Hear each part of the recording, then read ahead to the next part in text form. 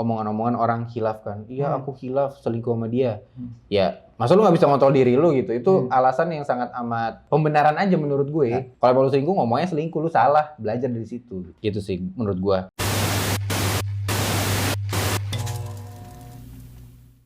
Cek file. File is good. Thank you. Iya, itu nama ini kita ya, nama program kita ya. Nama program kita udah ketemu, namanya Cek File. Cek file. Buat kalau misalkan nggak ngerti berarti kurang anak film bro. Kurang sinefil. Kurang sineas, kurang filmmaker. Emang apa sih nggak boleh? Sombong amat. Kenapa kita kasih nama Cek File? Istri lu yang ngasih nama. Ya betul. Tapi dia nggak usah dapat panggung di sini. Kenapa? Nggak usah. Ini ide original dari kita. Oke.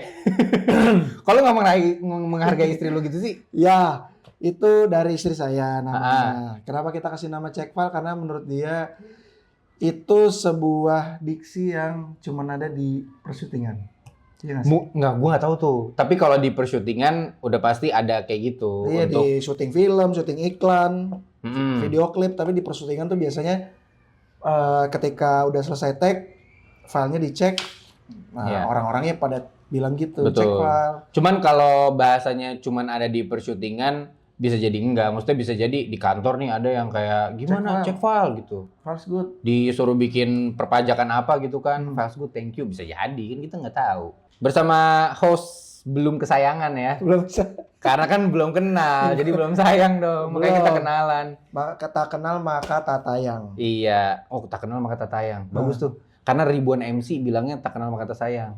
Kamu MC hebat ya? Enggak, bukan. Kenalin dulu siapa bang? Kenalkan, nama gue Jomai Timu. Gue adalah pemilik villa di Cidahu. Pemilik villa Cidahu. Iya. Agak pamer ya. Bersama dengan gue Syahabi, si aktor yang aktingnya biasa aja. Dan kameramen kita, siapa nama lo?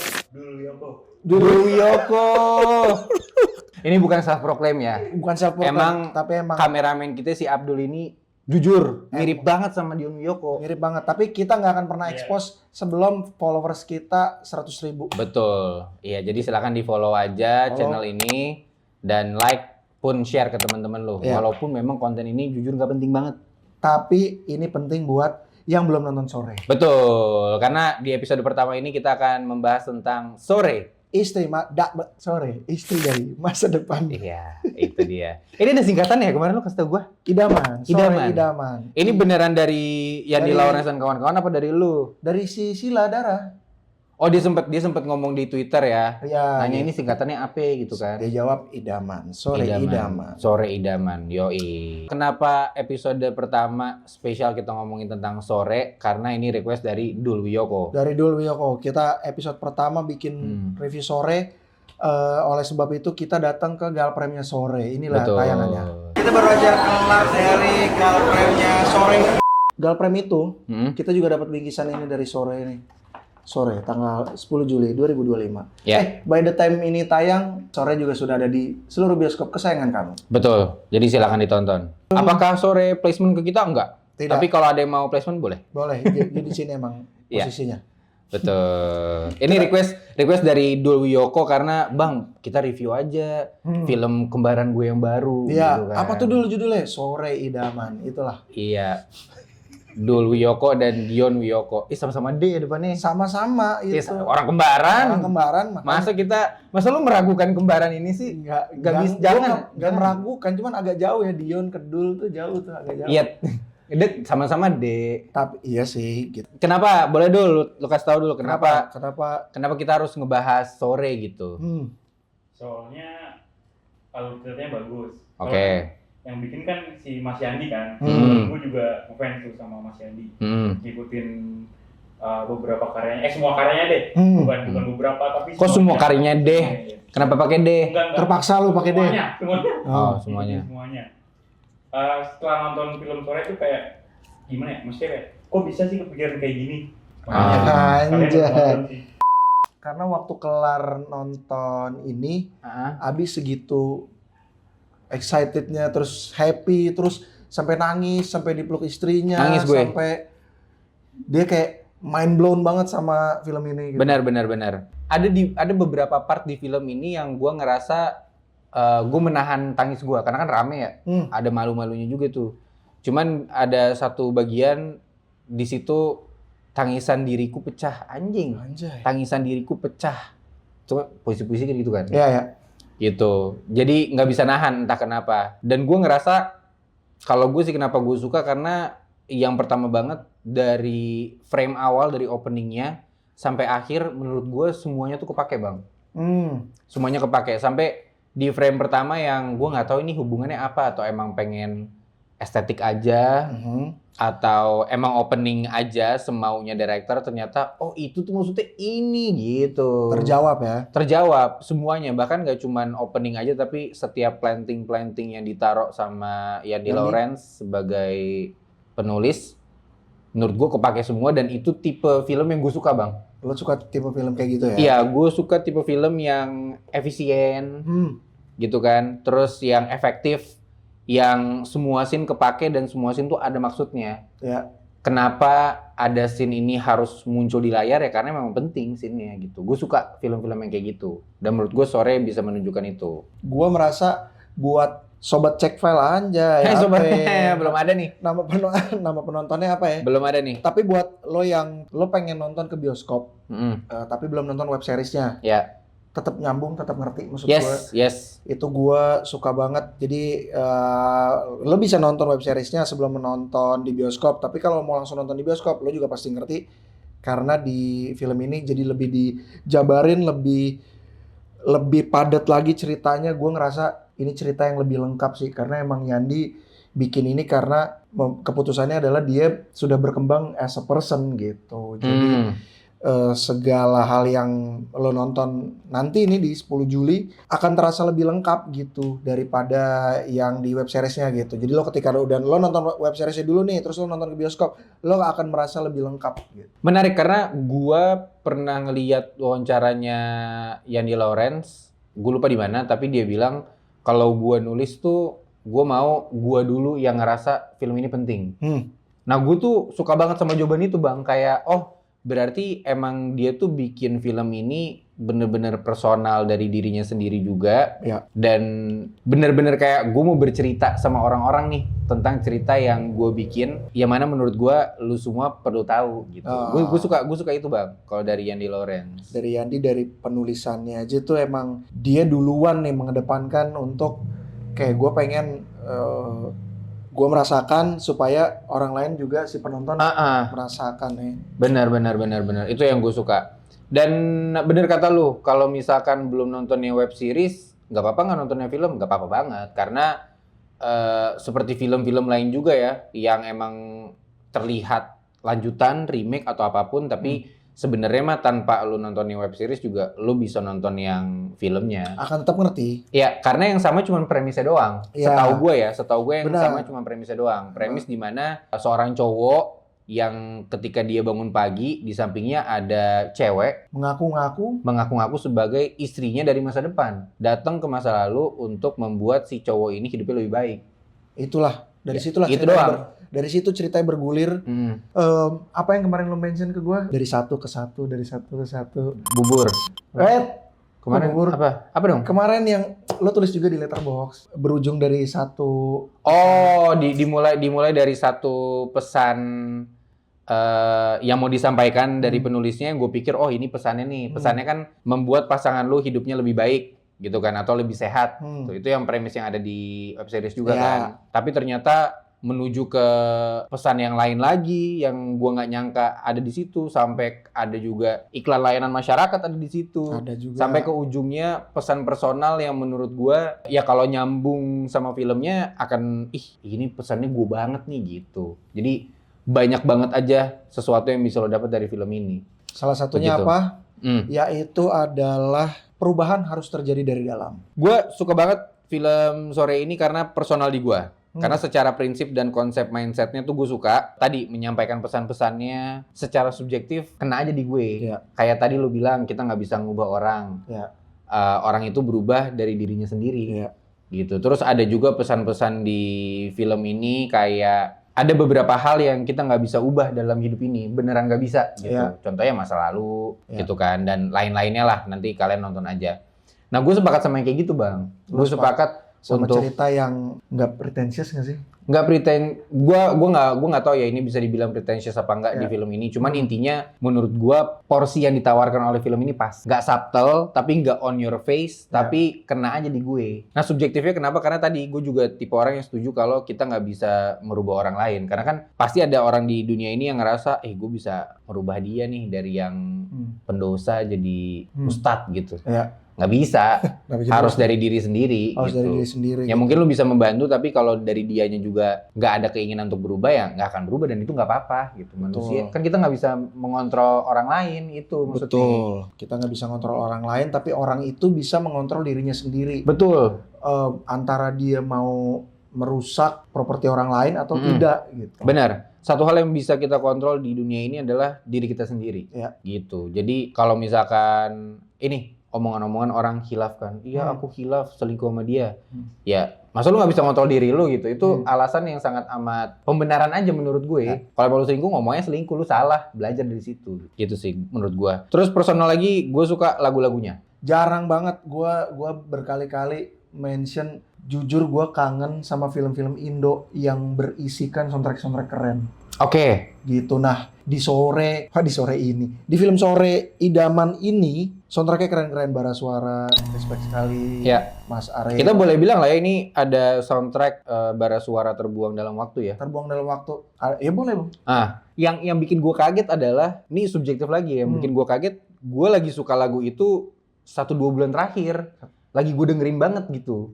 Cuman lo gak nyangka kalau ternyata menjadi main soundtrack. Betul, takutnya kan gue jadi GR kan, kayak Yanni Lawrence kayak bikin ini spesial buat gua gitu kan. Betul. Takutnya GR guanya. Takutnya gitu, ternyata enggak juga. Memang sudah dipikirkan oleh gua jangan di fallback sama dia. Ya.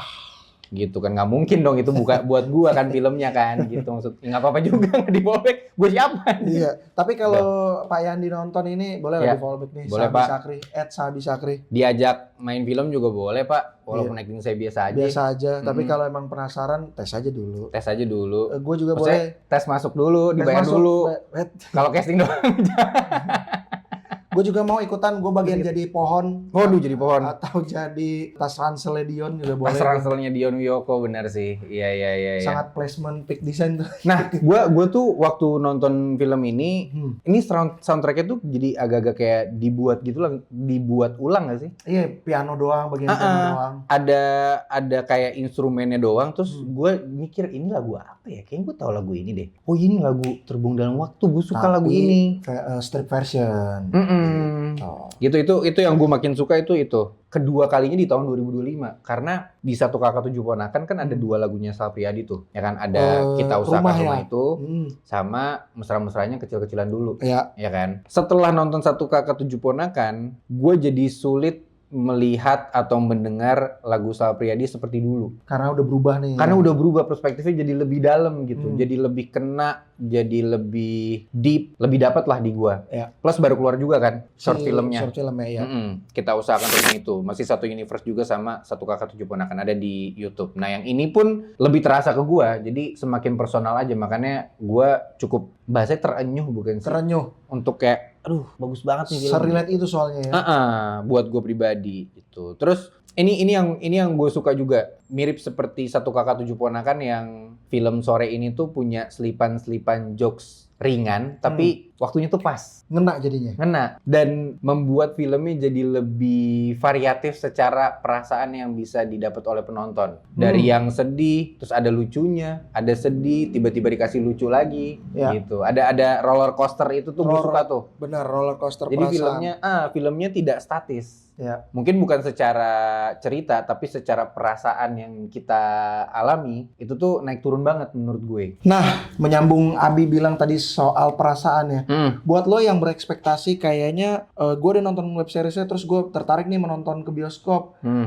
Filmnya bakal sedih nggak ya? Kayaknya poinnya Yandi bikin film ini nggak menghadirkan kesedihan only gitu. Iya. Jadi benar kata Abi, ada dinamikanya, lo ada serunya, ada ketawanya, ada yang mikir, ada yang ya sedih lagi, emang bener sedih lagi.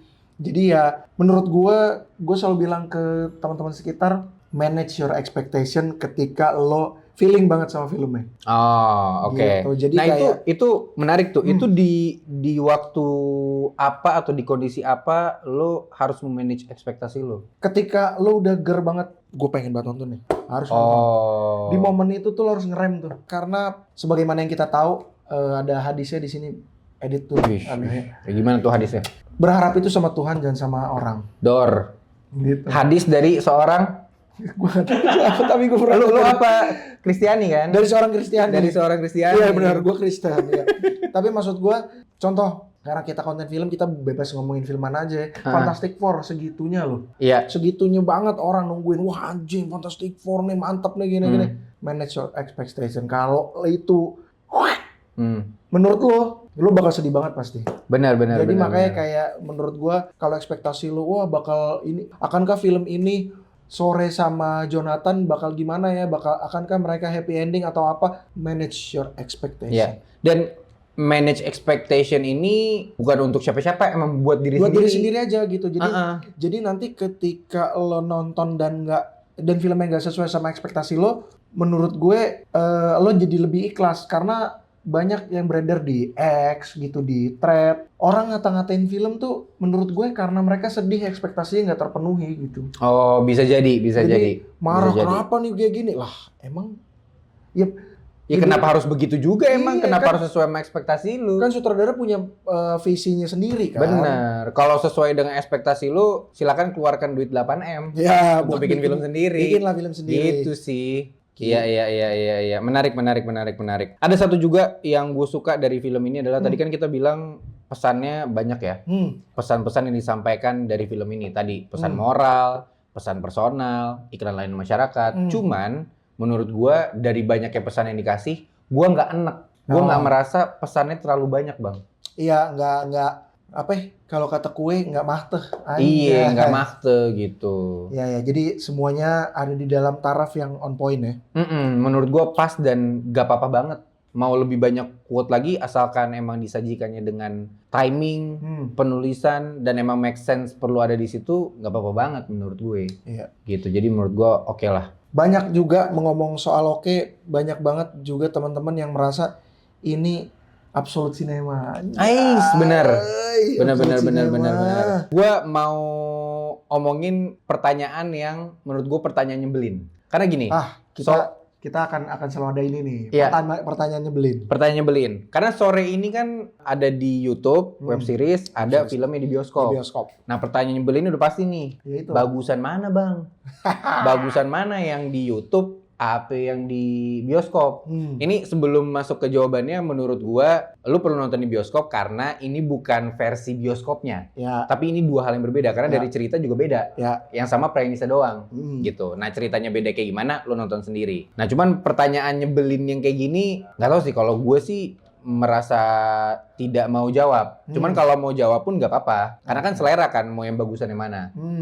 Gua nggak bisa bilang bagusan yang web series. Karena gua agak-agak lupa sama ceritanya. Karena itu 8 tahun yang lalu. Udah lama gitu. Jadi gue bisa bilang yang ini bagus banget, silakan nonton yang di bioskop. Kalau lu gimana? 10 Juli ini 2025. Tapi untuk menjawab pertanyaan bagusan mana, kalau Abi kan lebih bagus yang di bioskop, ya kan? Karena lu juga lupa sama yang web series-nya. Betul. Gue memilih untuk abstain karena gue pengen nyeburin Dul, karena Dul bilang lebih bagus web series-nya. Coba Dul, kenapa Dul? Menurut lu lebih bagus yang web series dibanding yang bioskop?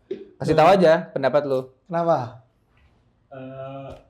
Karena menurut gua dari sorenya sih, Dari sorenya itu gua ngerasa masih melekat.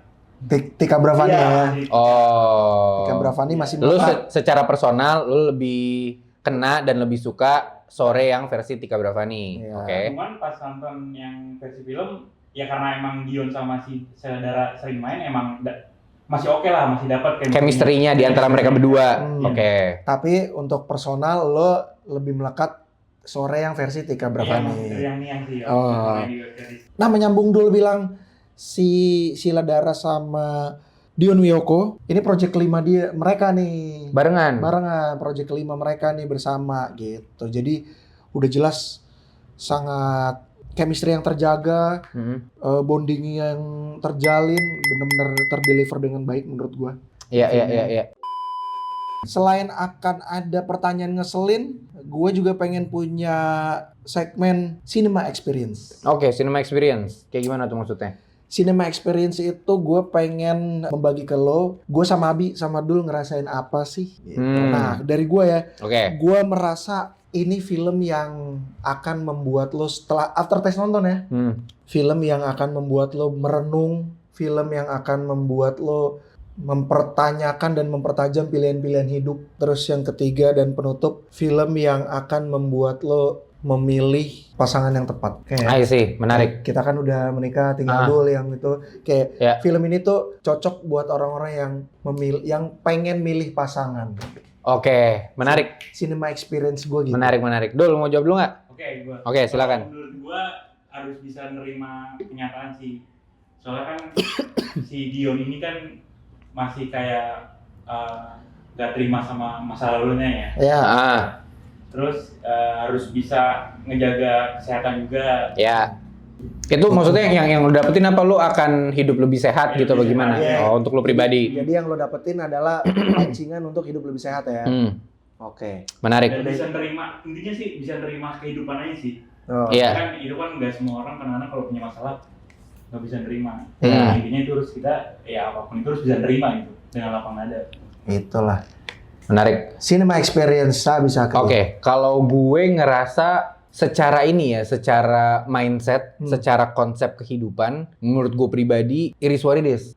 Karena sejauh ini dari perjalanan hidup gue ngerasa gue tuh hidup cukup menjalani gitu ya, dan gue cukup percaya hidup gue tuh dikontrol oleh Tuhan. Gue ngerasa gitu. Jadi gue merasa lewat film ini gue semakin yakin apa yang gue jalani itu adalah yang bukan berarti benar, tapi cocok buat gue. Karena gue merasakan itu kayak gak bisa mengubah orang. Hidup ini tuh setiap manusia beda. Kita jangan pernah mencoba untuk merubah sesuatu sesuai apa yang kita inginkan, padahal itu melibatkan orang lain juga.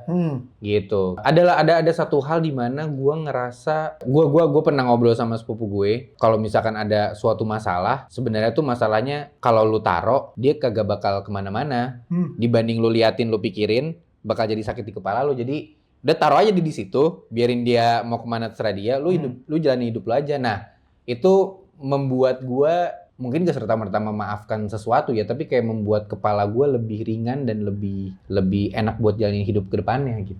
Itu makanya yang gue bilang cocok di gua secara personal, mindset dan konsep dari pemikiran manusia di film ini itu yang masuk ke gue. Ya, dan itulah cinema experience lo ya. Betul sekali. Karena kita bertiga udah ngasih cinema experience, kita sudahi episode ini. Yes. Silakan kalau misalkan lu boleh berkomentar tentang lebih suka yang mana. Ya. Ataupun lu bisa nulis di kolom komentar cinema experience lu kayak gimana. Ya. Nah, ini kita bisa diskusi di kolom komentar. Oke, kita tutup episode pertama kita. Akhir kata, gua Jomai Temu. Gua Syahabi Sakri dan kameramen kita ada Dul Yoko. Kita cabut dulu, cek file. File's good. Thank you.